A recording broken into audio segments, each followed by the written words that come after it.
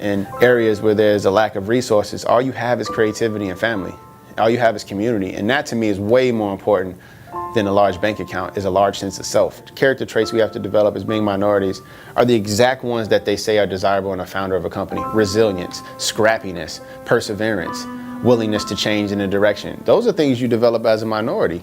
Yeah, super heroic is born out of several different insights and observations I had in the industry over the years. One, there's a shifting or a changing in the guard in terms of what kids are interested in. It used to be the athlete was the destination. Now kids are like, yo, every summer there's a Marvel movie. Every summer there's Comic-Con. So their childhood is based around these moments with narratives. So that's the first insight. Second one is kids aren't playing sports like they used to. When kids aren't playing sports, they're just playing. And so as long as we preserve that purity of play, that's the intention of Super Heroic. We're not here to tell kids that sports are bad. We're here to keep them, in this mindset of creativity and imagination and play for as long as possible, which is why we focus on elementary school children. So this whole company is intended to build stronger children instead of fixing broken adults. So I get on the elevator, I go up to the 4th floor. I'm looking at the map, the door opens up, and then I look down and there are 2 really well handcrafted pairs of Italian dress shoes. And this is Nike, and it's almost taboo to wear a suit and dress shoes.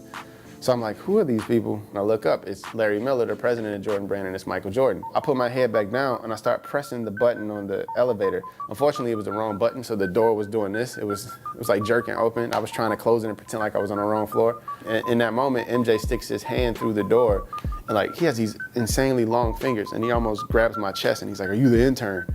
So I freak out. I'm like, yes, sir, I'm the intern. And then I stand there for like an hour just pouring my heart out. Clearly I was delaying him from getting on the elevator, so eventually he grabs my shoulders and rotates me and moves me out the way and gets on the elevator. On my TV screen, he was this big. He was this little dot that ran across in a red jersey.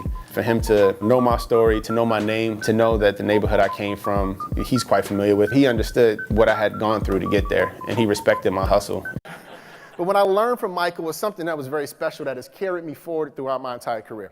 He told us something. He said, you know what, Jason? I can accept you failing, but I can't accept you not trying. So many of us are afraid to try because we are thinking about the ridicule we may receive from being our own selves in public on purpose all the time.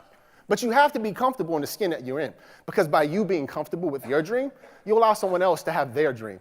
So it's less about what I receive from standing on the stage, but what I give back to you is permission for you to say who you want to become and then pursue it.